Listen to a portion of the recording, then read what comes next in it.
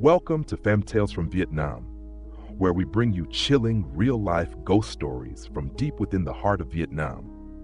Tonight's tale is not for the faint of heart. It's a dark, disturbing account of obsession, rage, and the terrible consequences of harboring hatred in one's soul. The story is called The Wife's Corpse. Listener discretion is advised. Back in the early 2000s, in a small rural district of Can Hoa province, there lived an old couple, Hai and Thu, who had moved down from the north to start a new life. They built a modest house next to a field and raised pigs for a living. Thu also sold pork and offal in the market, while Hai helped around the farm. At first glance, they seemed like a successful pair, hardworking, prosperous, and stable. But behind closed doors, their life was anything but peaceful. Thu was known in the neighborhood as a sharp-tongued, domineering woman. Her shrill voice could be heard echoing across the fields, especially when she scolded her husband. Hai, once a quiet and gentle man, had gradually turned hollow-eyed and withdrawn over the years, as if something inside him was eroding with time. Every week, the villagers would hear Thu berating Hai for the smallest mistakes, dropping a knife, cutting meat too thick, or failing to clean the pig pen properly. Even their two sons were often caught in the whirlwind of her temper. Thu's rage never spared anyone. As her pig farming expanded, complaints began to rise from the neighbors about the stench and pollution. But Thu refused to listen. She insisted the village should be grateful that she provided them with fresh pork. One day, she butchered a pregnant sow, something considered spiritually taboo in Vietnamese beliefs. Many in the village shook their heads and whispered that she had crossed a dangerous line. Then came the incident that broke everything. One humid afternoon, Thu got into an argument with Sao, the woman who bought pork intestines from her every day. Sao accused Thu of mixing spoiled meat into fresh portions. A screaming match erupted right in the middle of the market, ending with Thu throwing a cleaver towards Sao's stall. Luckily, it missed. That evening, Hai returned home from tending to the pigs only to be met with more of his wife's fury. She accused him of conspiring with Sao, mocked his manhood, and hurled pots and pans in his direction. Hai, usually passive, stood silently with trembling hands, but something was different this time. Something had snapped. Later that night, neighbors reported hearing loud bangs and screams, but in the countryside, domestic noise was all too common. The next day, Thu had vanished. Hai told everyone that she had left him and run off with another man. He spun a tale of betrayal, heartache, and abandonment. The villagers believed him. After all, Thu was a fiery woman. Perhaps she had indeed taken off, but strange things started to happen around the house. A traveling Vietnamese opera troupe, performing at the village fairground near Hai's house, claimed they saw a headless woman wandering near the pigsty at midnight. She wore a red dress soaked in black grime, and her shadow didn't reflect on the ground.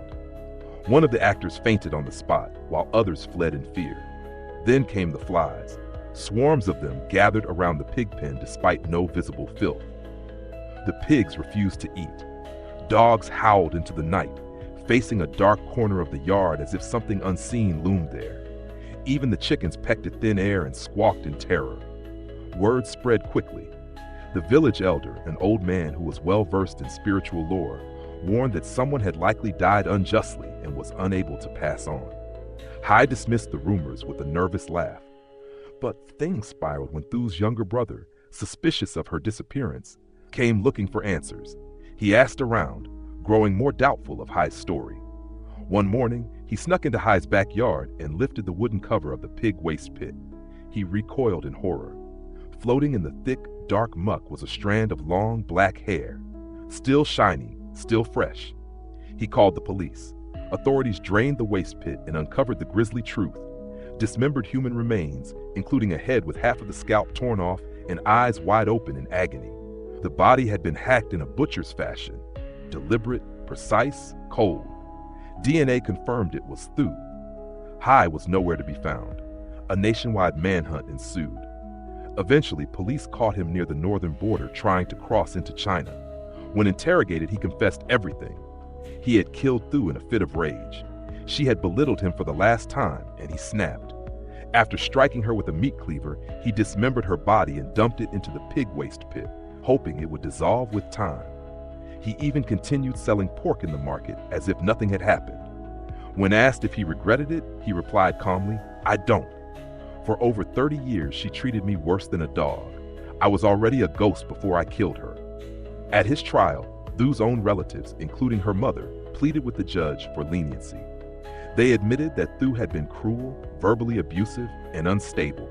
The villagers also submitted testimonies describing her vicious temper and disrespect toward elders. Despite this, Hai was sentenced to life in prison. But the story didn't end there. The house remained abandoned as their two sons refused to return.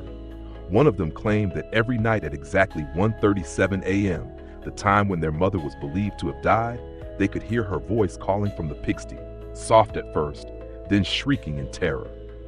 On the 7th day of her death, the day Vietnamese believed spirits return home, a red shadow was seen lingering at the doorway. Neighbors described seeing wet footprints on the kitchen floor leading to the pig pen. No one dared enter.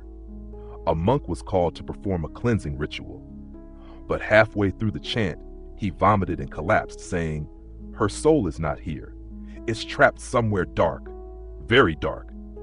They say her spirit still roams the fields at night, searching for the rest of her body. The wind by the pigsty carries a strange scent, half perfume, half decay. And if you stand there long enough, you might just hear her whisper your name. Thank you for listening to this haunting tale on Phantom Tales from Vietnam. If this story chilled your spine, don't forget to follow our channel for more terrifying accounts rooted in real Vietnamese folklore and true crime. Until next time, sleep with the lights on.